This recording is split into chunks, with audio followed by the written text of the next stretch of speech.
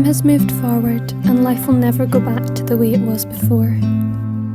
Even though the world around us is starting to look a wee bit more normal on the surface, many of us may find that we have changed too much to slot back in the same way as before. As an adult third culture kid, this is a feeling I have had on many occasions.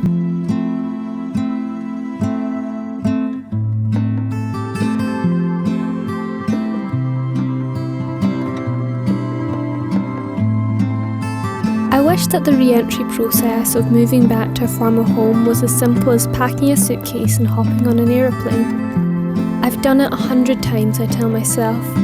It shouldn't be that hard, surely. As many an expat, international student or TCK will tell you though, it is hard.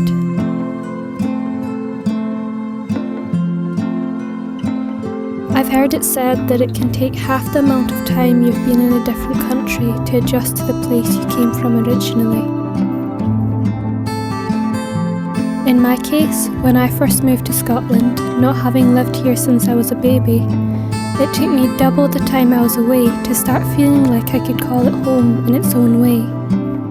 Since then, I have done re-entry between Scotland and Central Asia so many times that I'm not even sure which place is the one I'm originally from.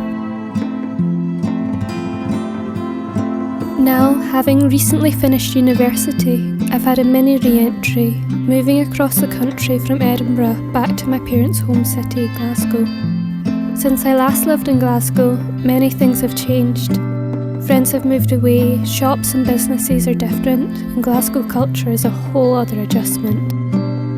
On top of it all, I don't feel like I'm the same person I was before I left, and to try to return to the way things once were would be like trying to fit into a pair of shoes 2 sizes too small.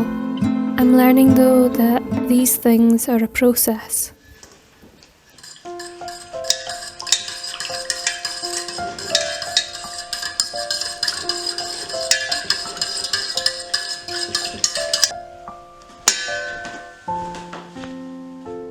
What can make this process so difficult is that those around you might expect you to find it easy to readjust or be surprised that you aren't quite the same person you were before you left. You might even have the same expectations of yourself. There are many common side effects that come with the re-entry process that are important to bear in mind. These include, but are not limited to, tiredness and fatigue, forgetfulness, grief, a seemingly irrational sense of irritation, and anxiety.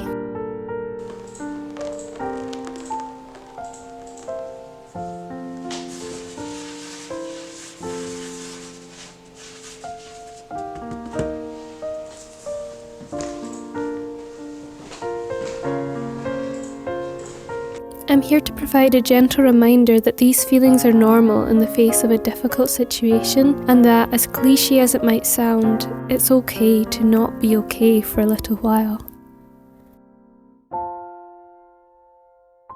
Over the years, I have had some negative re-entry experiences, but I've also had times where I've managed re-entry relatively well.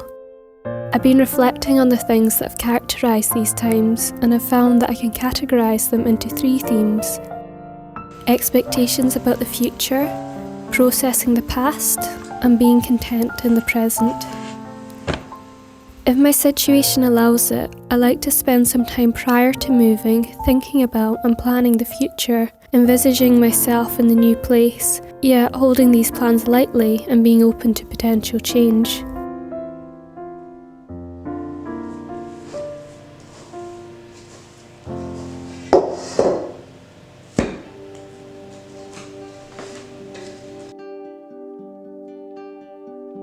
Once I have moved, something that I found absolutely crucial is to prioritise processing the past, considering the positive things that I want to hold on to and the difficult things that I need to let go of. This is also an opportunity to grieve any relationships, jobs, houses or cultures that have been left behind.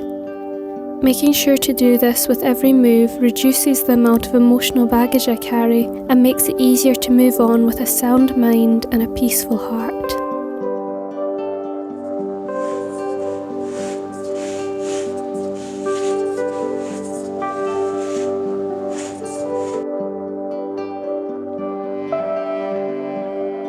Don't get me wrong, I'd be lying if I said that I was free of all issues after such emotional declutters, but I found that 1 or 2 drunk drawers is certainly better than an overwhelming mess.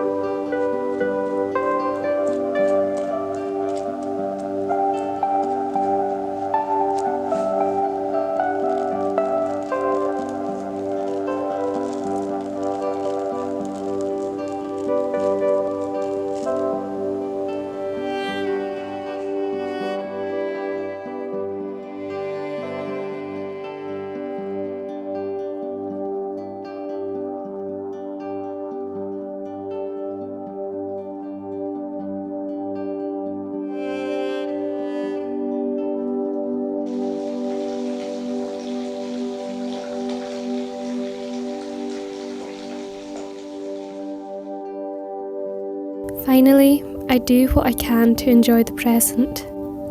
After all, such times of transitions definitely merit a few extra treats here and there.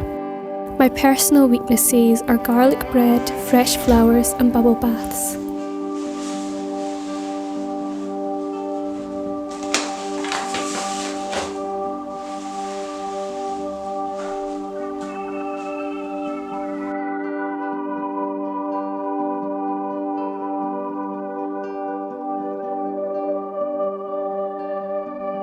So even if the world doesn't get back to what it once was, take it easy and give yourself time.